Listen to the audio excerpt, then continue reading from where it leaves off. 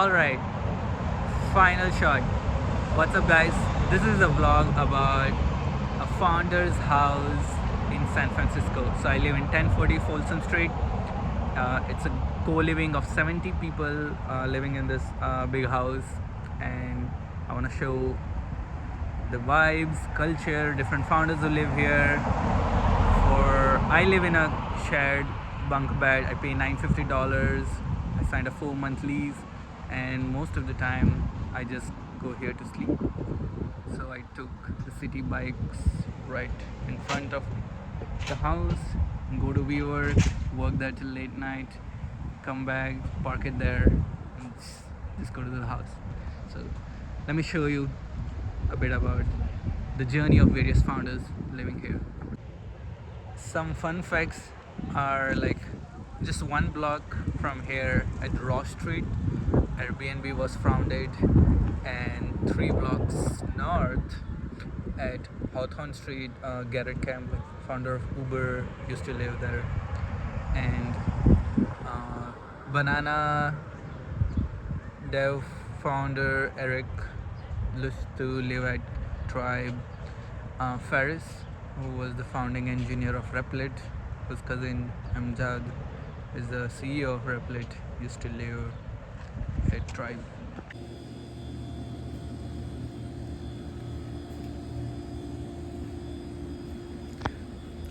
This looks cool. Harris, what are you working on?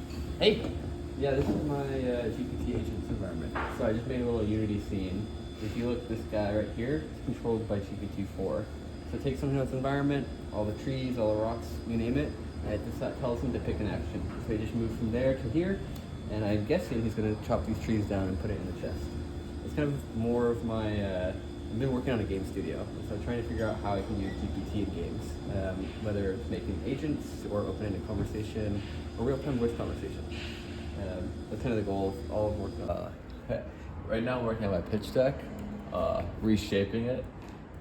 The product we're working on is what we call an AI coaching assistant that tracks your body motion and tells you if you're exercising correctly. The big shock I got was my house is between 6th and 7th Street, and in order to reach Market, like you'll use either of those streets, and those streets are not safe. Like one of my founder friends living in the house got mugged. A lot of people, and I wouldn't recommend anyone using 6th or 7th Street, and so just be careful. So for WeWork, I go to 3rd Street and go to my WeWork.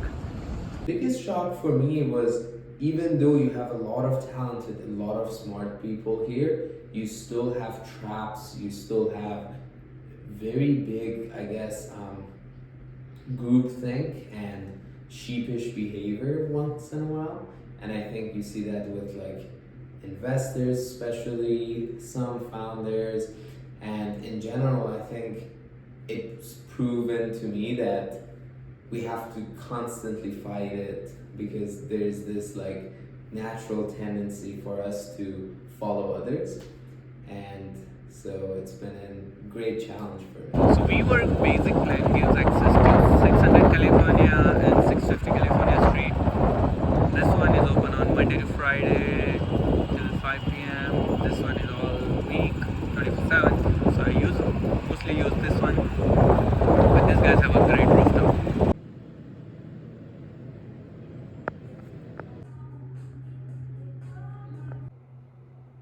So I moved to San Francisco 6 months ago, last November, and I met a lot of founders in this time.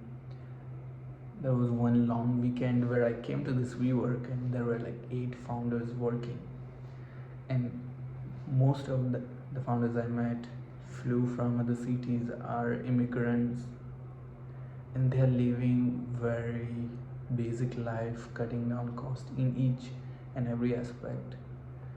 And I can tell these guys are damn hungry. They need it badly. Like they're not gonna give up until like the last point.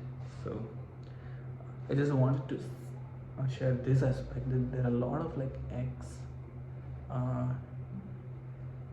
like non-tech background founders or like non-FANG founders who come here and like they have limited savings and they're doing anything they could do to get that fundraising. So yeah,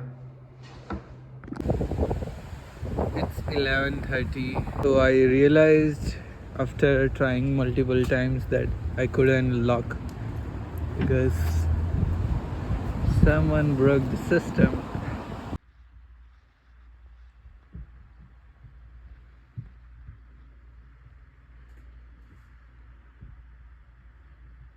Yeah, I mean, SF is the place to be for anything AI, so that's why I came out here.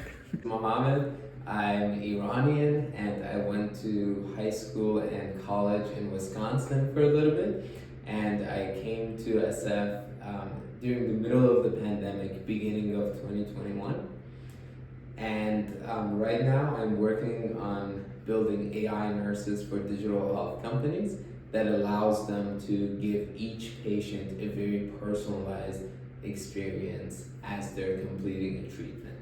What I love about San Francisco is the concentration of talent, energetic people, nothing is too crazy, and just the energy everybody is able to give you, especially if you have a wild dream and you want to execute on it. I think in the next 10 to 20 years, um, especially in case of healthcare, we will create the experience of having a doctor right next to you 24/7 and be able to know so much more about our bodies, to a point where nothing will feel like an experiment anymore, and we will have control over whether we want to have better focus, feel better, or optimize for a variety of other things. I mean, I feel like we're entering kind of this renaissance of like hardware and deep tech, as well as AI that supercharges all of that. So we're going to see like fusion, space travel. We're going to see AI in every industry, and it's going to just make us way more productive and kind of live that sci-fi future. Of course. Yeah, I'm working on my second startup now. At the time of my first startup, I was between New York and Cleveland, and I did the business side, I did the tech side all by myself, and I wouldn't call it a failure because I learned a lot, but after it was done, I realized I understood the business I was working in, I understood how to conduct the business, but I didn't have the network to make it happen. And if you want to start a startup, particularly if you want to raise capital and attract the best talent in the world, you need to be in San Francisco. So I moved out here without knowing anyone, without an idea for my next startup, and I just started growing my network. One, growing your network organically is the most important thing. So going to events and just walk up to people and say, what do you do? Terrible way to grow real relationships. Or emailing people on LinkedIn and asking for things instead of asking for advice, also bad. So you can do that by, I would say, human first connections and then business second. Every time I've done that, it's led to a prosperous relationship. And also by throwing your own events. When you host events with hundreds of people, everybody knows who you are, so you're naturally going to attract the people who you want to talk to. They're going to come to you and you'll hold the power. I think that's a great thing to do. Second, I would say lean away from advice. So like what I just said worked for me, but there's three kinds of advice. There's bad advice, there's good advice, and there's a good advice that's not good for you. And I'd say 95% of advice is good advice, it's not good for you.